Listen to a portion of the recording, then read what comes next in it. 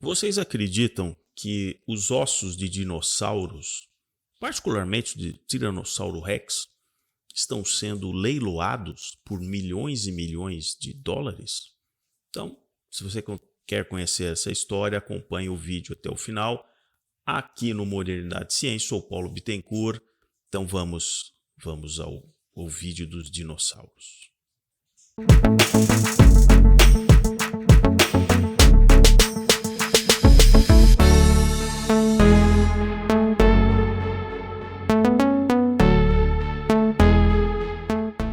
Recentemente foi divulgado que em Singapura, por 3 dias, um Tiranossauro Rex, com os ossos ali pesando em torno de 1.400 quilos, apelidado de Shen, que é divindade, ele foi exposto em Singapura anunciando um leilão desse fóssil que ocorrerá no fim de novembro de 2022. E já foi aquele frisson no meio da paleontologia. Ele vai ser transportado para Hong Kong, onde a casa de leilões super famosa inglesa Christie's fará o leilão. A Associação Internacional dos Paleontologistas até enviou uma carta para Christie's dizendo que ela restringisse o leilão apenas a museus espalhados pelo mundo, museus públicos, inclusive, museus públicos, não privados. Porque já desde os anos 90, vários dinossauros têm sido arrematados em leilões, para tristeza dos paleontologistas. A Christie's respondeu, diz: olha, eu entendo o seu ponto de vista, mas o leilão não será restrito, o que leva a crer que o investidor privado irá arrematar esse dinossauro, né? Alguns anos atrás, um outro Tiranossauro Rex, de nome Stan, ele também teve um leilão feito pela Christie's, e o investidor que arrematou pagou bagatela de 31,8 milhões de dólares.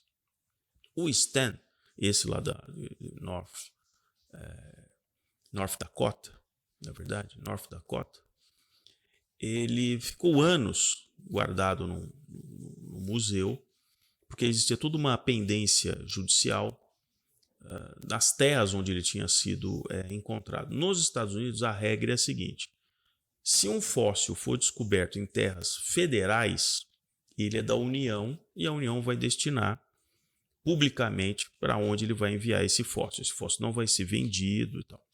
Mas se o fóssil for descoberto em terras privadas, então ele pode ser negociado para quem o proprietário quiser. No caso do Stan, ali encontrado ali nos anos 90, ele estava dentro de uma terra, de uma reserva Xiu, né, dos índios, e eles queriam vender, né, porque afinal de contas aquilo era uma terra hoje privada, não é uma terra federal.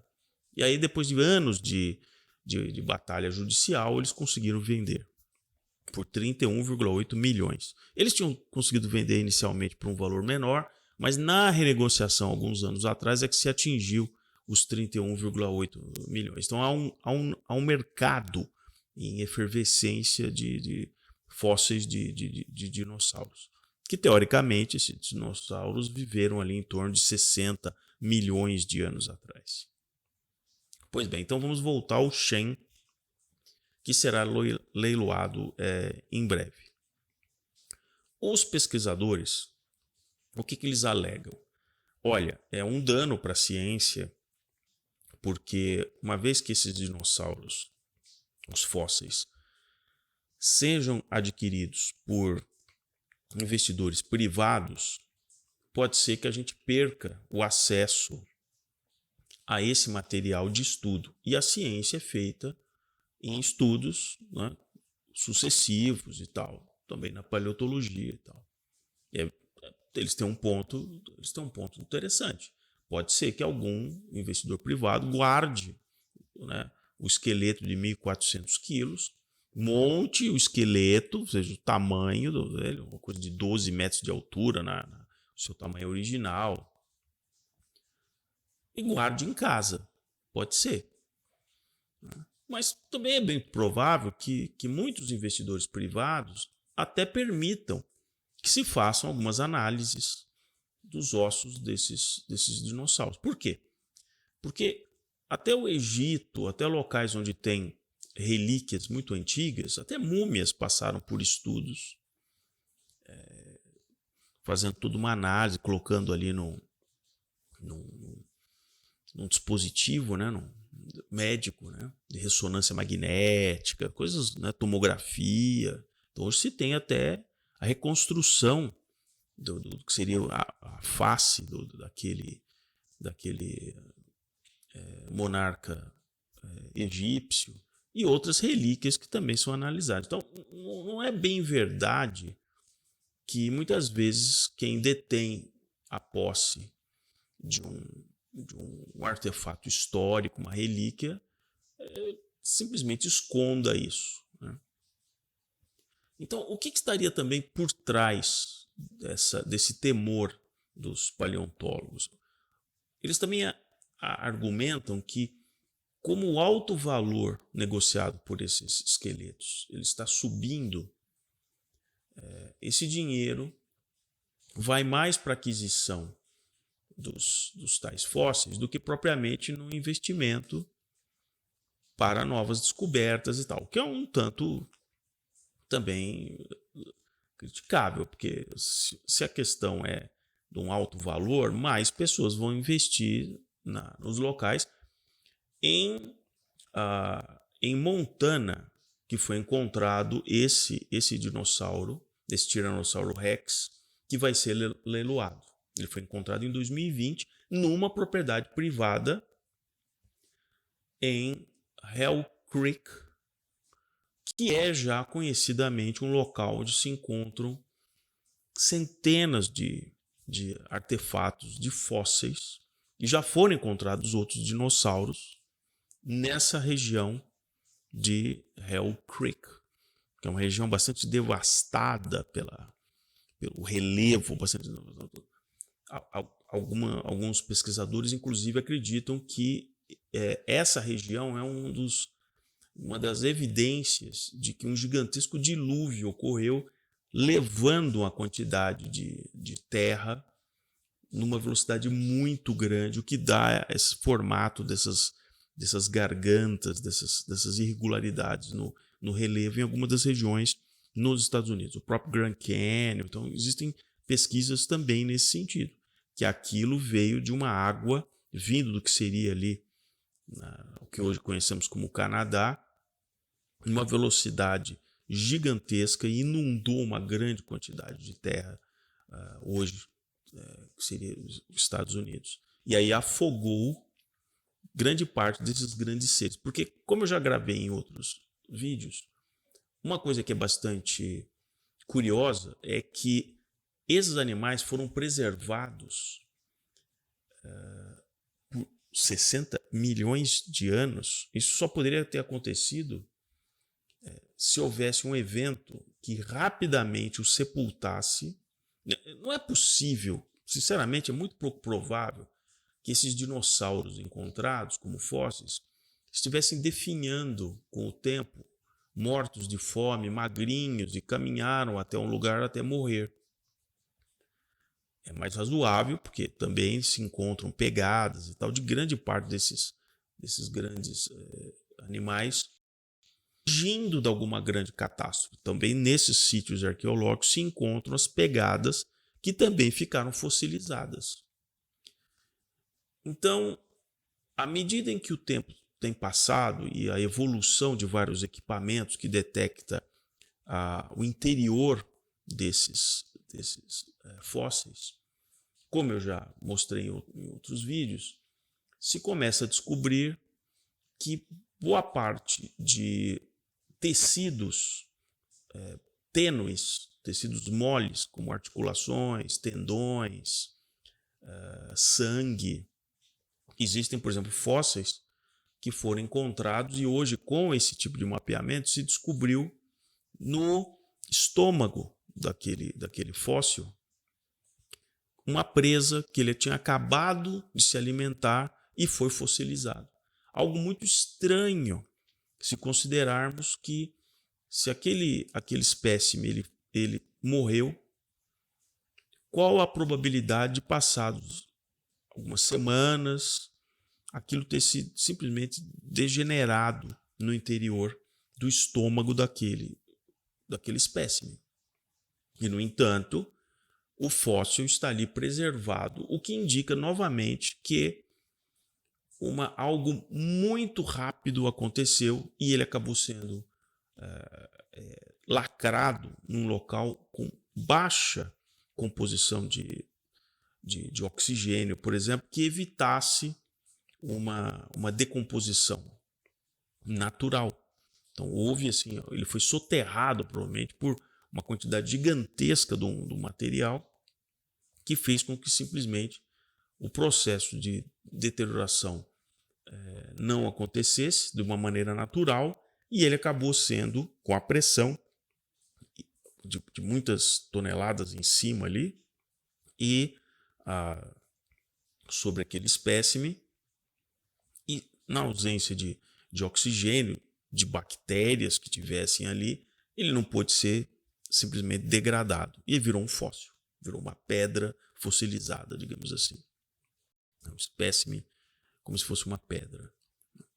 Então, nesse temor dos paleontólogos, também existe, provavelmente, um temor de que vários espécimes que agora não vão diretamente para museus, mas vão para investidores privados, que esses investidores privados também façam suas análises em discordância do que vários paleontólogos oficiais, espalhados por museus públicos pelo mundo, por universidades, o que eles vêm relatando há vários anos. Porque a gente tem que lembrar que na ciência, se nós voltarmos 300 anos atrás, ela era feita muitas vezes por pessoas comuns, que eram curiosos. Muitos se tornaram cientistas simplesmente fazendo testes. O próprio Isaac Newton, por exemplo, era um cara muito curioso que tinha seu laboratório particular. Passados 350 anos, isso não é mais possível. A pesquisa de altíssimo nível precisa de muito dinheiro. Então, basicamente, a pesquisa de alto nível, ela está sendo sempre conduzida ou por dinheiro diretamente de instituições públicas, governos que querem pesquisar certas teorias, certos elementos, enfim, ou por entidades científicas ligadas, por exemplo, a grandes universidades, que também têm doações. Só que nesse ambiente, a pesquisa, aquilo que você vai de fato investigar, ela tem uma linha de conduta, uma linha filosófica de conduta. Você, como um pesquisador de uma universidade, se você for um paleontólogo, você, para conseguir um dinheiro para financiar uma pesquisa que você quer fazer, vai passar por uma banca que vai decidir se você pode ou não investigar aquilo. Existe uma linha de pesquisa que está sendo adotada. Se você tentar fazer algo diferente do que aquela orientação, você não vai ter esse dinheiro. É a mesma coisa dos governos. Se aquilo não for interessante, ele não vai te financiar. Agora, o investidor privado ele pode ter a liberdade de requisitar um pesquisador independente, que não está ligado a essa rigidez acadêmica, né? Porque hoje tudo na academia você tem que seguir um padrão. Ela já tem um lado, né? Ela já tem um discurso, né? No mundo todo. Eles se falam, eles trocam citações, trocam livros, enfim. Então eles já têm um jeito de ser. Então, provavelmente também há um temor de certos paleontólogos, dessas associações, que ficam com medo, porque de repente, como eu já tratei aqui sobre as hidroplacas, ficam com medo de que, e se descobrirmos que em análises independentes que esses fósseis dos tais dinossauros, eles não têm 60 milhões de anos. Se eles se aproximarem de uma coisa, assim, não, é bem provável que, vamos dizer que eles tenham muito menos anos do que está se imaginando. Isso acaba afetando em cascata toda a teoria da evolução da teoria de Darwin para cá. Então esse é o grande temor. É um grande temor. Porque à medida em que vários e vários fósseis... A primeira vez que apareceu um fóssil que foi detectado que tinha tecido mole no fóssil, a pesquisadora ela foi simplesmente demonizada. Se disse, não, essa amostra está contaminada, isso não é possível, isso não aconteceu e tal. Ela foi. Só que outros locais do mundo se começou a encontrar outros fósseis e com a tecnologia que se tem, se começou a comprovar que existiam fósseis com tecidos tênues muito mais frequentes do que se imaginava. Então, hoje isso é um fato. Está sendo colocado em grande questionamento se vários desses animais encontrados têm exatamente 60 milhões de anos. Então, há um certo temor de várias dessas associações de paleontólogos e da academia científica nessa área, de que novos dados surjam e que talvez toda essa evolução, como eu disse, desde toda aquela construção de 60 milhões de anos atrás, que os dinossauros desapareceram por causa de um meteorito que entrou e destruiu a comida dos dinossauros e tal.